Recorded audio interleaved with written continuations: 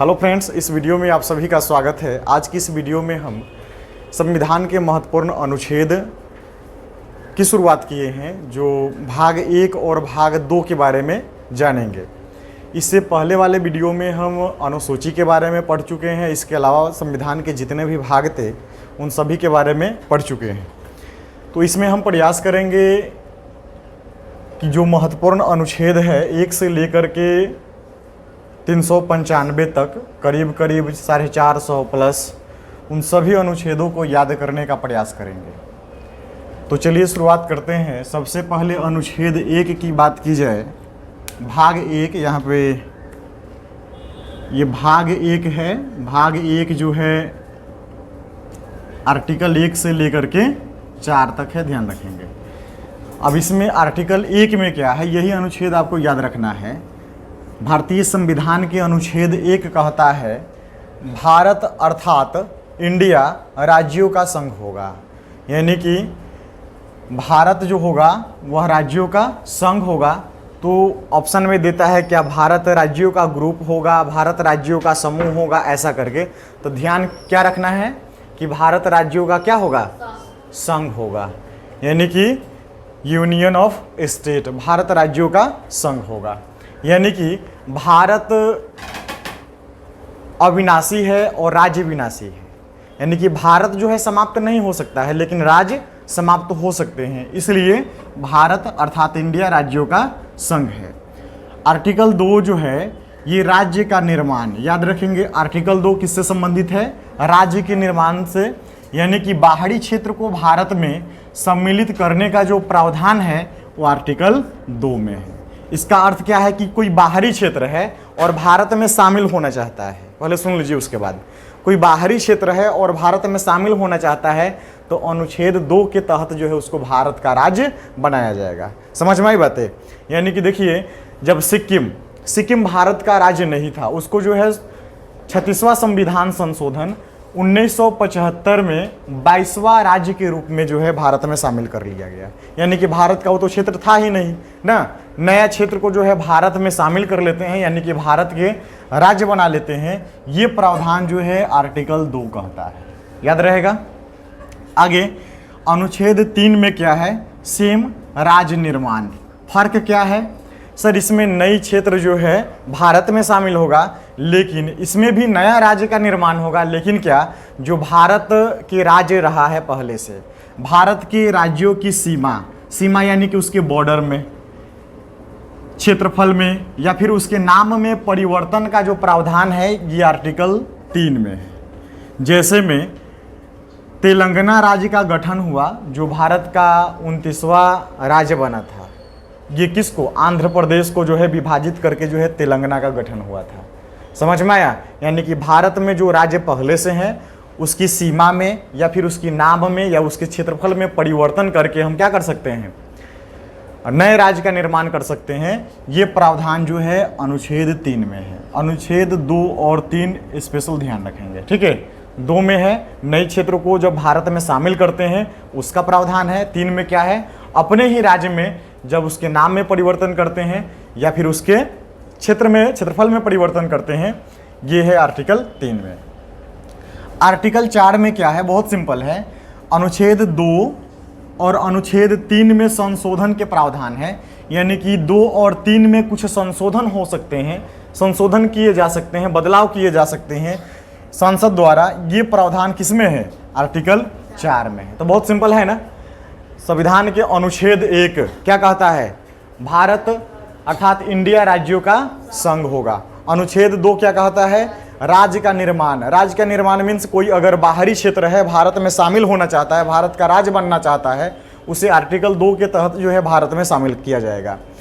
Article 3 कहता है, अनुच्छेद 3 राज्य निर्माण सेम है, लेकिन क्या कि जो भारत का राज्य पहले से है उसकी नाम में परिवर्तन किया जाए। जैसे में बिहार को अलग करके, बिहार से अलग करके झारखंड का गठन हुआ था, तो पहले से जो है भारत का राज्य था, तो उसका गठन हुआ किसके तहत, आर्टिकल 3 के तहत। या फिर तेलंगाना राज्य का गठन हुआ था, आंध्र प्रदेश से अलग करके जो है तेलंगाना राज्य का गठन हुआ था, ये आर्टिकल 3 के तहत। तो उसकी सीमा में यानी कि बॉर्डर में, नाम में या क्षेत्रफल में परिवर्तन का जो है प्रावधान ये आर्टिकल 3 कहता है। 2 और 3 में जो है संशोधन की बात जो है ये आर्टिकल 4 करता है। ठीक है, अब आ जाइए भाग 2 नागरिकता यानी कि सिटीजनशिप। सिटीजनशिप बोले तो नागरिकता। तो भारत में एकल नागरिकता की प्रावधान है। क्या भारत की नागरिकता क्या होगी? एक नागरिकता होगी। ऐसा नहीं है कि राज्य की प्रांत की अलग नागरिकता होगी और केंद्र की अलग नागरिकता होगी, ऐसा नहीं है। ये जो है आर्टिकल 5 से 11 तक है। सबसे पहले ये जानिए कि जो भारत का नागरिक, भारत के नागरिक किसको बोलेंगे?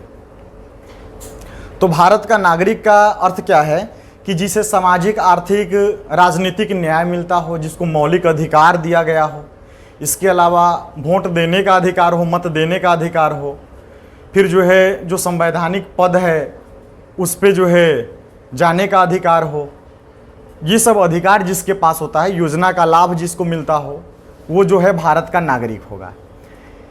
आर्टिकल 5 क्या कहता है? जिसका अस्थायी रूप से भारत में निवास हो वह भारत का नागरिक होगा। ठीक है, अस्थायी रूप से कहने का अर्थ कि जिसके पूर्वज न, जिसके वंश पहले से, पुरखा लोग पहले से जो है भारत में निवास करते हैं, तो उसके जो संतान होंगे वो भी कहाँ के नागरिक कहलाएंगे? वो भी जो है भारत के नागरिक कहलाएंगे। तो याद रखेंगे, जिसका अस्थायी रूप से भारत में निवास हो वह भारत का क्या होगा? नागरिक होगा। आर्टिकल 6 कहता क्या है कि पाकिस्तान से भारत आने वाले व्यक्ति को नागरिकता प्राप्त होना। अनुच्छेद 6 कहता है वो 3 तरह से नागरिकता प्राप्त हो सकती है। जो पाकिस्तान में चला गया और पाकिस्तान से फिर भारत आना चाहता है और भारत की नागरिकता ग्रहण करना चाहता है, उसके 3 प्रावधान है। सबसे पहले कि जिसके माता पिता, दादा दादी या नाना नानी जो है अविभाजित भारत में जन्मे हो। अविभाजित भारत कहने का अर्थ है कि जब भारत का बंटवारा नहीं हुआ था, पाकिस्तान नहीं बना था, उस समय जब भारत में जन्मा होगा उसके दादा दादी, नाना नानी या फिर माता पिता, तो वैसे व्यक्ति अगर पाकिस्तान से भारत आता है तो उसे भारत का नागरिक मान लिया जाएगा। दूसरा, 19 जुलाई 1948 के पूर्व यानी कि पहले स्थानांतरित होकर भारत में जो रहने लगे, 19 जुलाई 1948 से पहले जो है पाकिस्तान से आकर के और भारत में रहने लगे, वैसे व्यक्ति जो है भारत का नागरिक कहलाएगा। ठीक है, और उसके बाद वाला क्या है? उसके बाद में जो भारत में आए, पाकिस्तानी जो भारत में आ गए, उसके लिए भारत में 6 महीने रह करके यहाँ पर पंजीकरण कराने होते हैं। पंजीकरण यानी कि रजिस्ट्रेशन करा करके तब जो है भारत की नागरिकता ग्रहण कर सकता है। तो आर्टिकल 6 क्या कहता है? पाकिस्तान से भारत आने वाले व्यक्ति को नागरिकता की प्रावधान किसमें है? आर्टिकल 6 में है। ठीक है, आर्टिकल 7 क्या कहता है? अनुच्छेद 7, भारत से पाकिस्तान और पाकिस्तान से फिर भारत आने वाले व्यक्ति को नागरिकता प्राप्त होना। यानी कि जो भारत में पहले थे क्या, वो पाकिस्तान में चले गए, पाकिस्तान में गए, वहां पर उसको क्या हुआ? दिक्कत हुआ, तो फिर से पाकिस्तान से भागे भागे कहाँ आ गए? भारत में आ गए। वैसे व्यक्ति को जो है नागरिकता देने का प्रावधान जो है आर्टिकल 7 में किया गया है। यानी कि 1 मार्च 1947 के बाद जो भारत आए हैं उसे 6 महीने भारत में रह करके पंजीकरण कराने होंगे, तब जो है उसे भारत की नागरिकता उसे प्राप्त होगी। आगे आर्टिकल 8 क्या कहता है?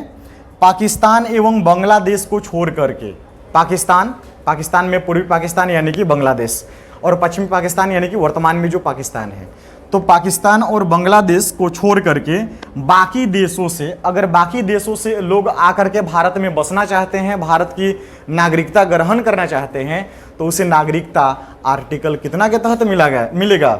8 के तहत मिलेगा। समझ में आया? जो पाकिस्तानी नहीं होगा और बांग्लादेश का नहीं होगा, बाकी दूसरे देशों से आकर के अगर भारत की नागरिकता ग्रहण करता है तो आर्टिकल 8 के तहत जो है उसे नागरिकता दी जाएगी।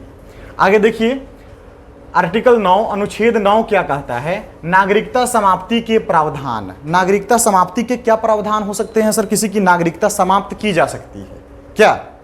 कैसे समाप्त की जा सकती है? तो अगर हम दूसरे देश की नागरिकता ले लें तो हमारी नागरिकता, भारत की नागरिकता खत्म हो जाएगी, समाप्त हो जाएगी, या फिर अपनी इच्छा से यहाँ की नागरिकता को त्याग दे तो हमारी नागरिकता खत्म हो जाएगी। इसके अलावा अगर सरकार चाहे, भारत सरकार चाहे कि आपकी नागरिकता हम छीन लें, तो सरकार जो है आपकी नागरिकता छीन सकती है। ऐसा कब होता है? जब युद्ध के समय किसी शत्रु देश का अगर मदद करते हैं तो उस समय भारत सरकार क्या करती है, उसकी नागरिकता छीन लेती है, यानी कि भारत की नागरिकता उसे समाप्त कर दिया जाता है, उसका समाप्त हो जाता है और उसे देशद्रोही घोषित कर दिया जाता है। समझ में आया? तो इस तरह से नागरिकता समाप्ति के प्रावधान है कि कैसे आपकी नागरिकता समाप्त हो जाएगी। जाकर के सऊदी अरब में चाहे कहीं पर जाकर के बस गए, वहाँ की नागरिकता ले लिए तो भारत की नागरिकता समाप्त हो जाएगी। फिर उसी तरह से अपनी इच्छा से चाहते हैं कि नहीं हम भारत की नागरिकता को त्याग कर रहे हैं तो नागरिकता समाप्त हो जाएगी, और नहीं तो दुश्मन देश के साथ अगर उसका हम मदद करते हैं तो सरकार जो है हमारी नागरिकता छीन लेगी। आगे आर्टिकल 10 क्या कहता है, नागरिकता को बनाए रखने का प्रावधान, कि नागरिकता को जो है कैसे बना करके रखा जा सकता है। तो इसमें अलग अलग प्रावधान है कि नागरिकता कैसे ग्रहण कर सकते हैं। जैसे में कोई वंश के आधार पर वंशानुगत हो सकता है कि उसके पूर्वज यहाँ पर रहता हो या फिर यहाँ पर आकर के रजिस्ट्रेशन वगैरह करा लिया हो, तो ये अलग अलग प्रावधान है। नागरिकता को बनाए रखने का प्रावधान आर्टिकल कितना आपको याद रखना है, आर्टिकल 10 याद रखना है। अनुच्छेद 11, आर्टिकल 11 क्या कहता है, संसद द्वारा नागरिकता कानून में संशोधन करने का प्रावधान, यानी कि नागरिकता कानून में जो नागरिकता कानून बनी हुई है उसमें बदलाव कौन कर सकता है, तो संसद कर सकता है। कौन कर सकता है, संसद कर सकता है, ये 11 में कहता है। तो याद हो गया, इतना याद रहना चाहिए। आर्टिकल 5 एक बार रिपीट कर लीजिए। आर्टिकल 5 क्या कहता है, जिसका स्थायी रूप से भारत में निवास हो वैसे व्यक्ति भारत का नागरिक होगा। आर्टिकल 6 क्या कहता है कि जो पाकिस्तान में थे वो भारत में आ गए उसे नागरिकता दी जाएगी।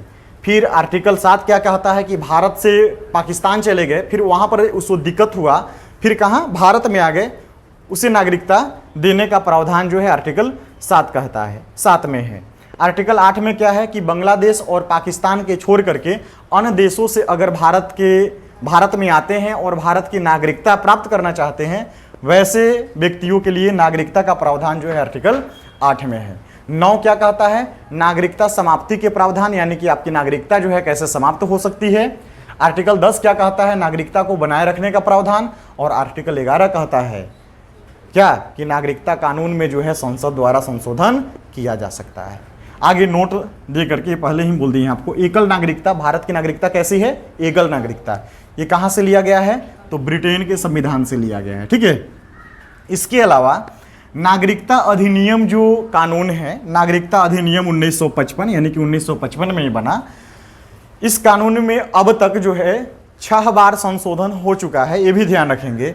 पहली बार कब, 1986 में, फिर 92 में, 1992 में, फिर 2003 में, 2005 में और 2015 में, फिर लास्ट में 2019 में।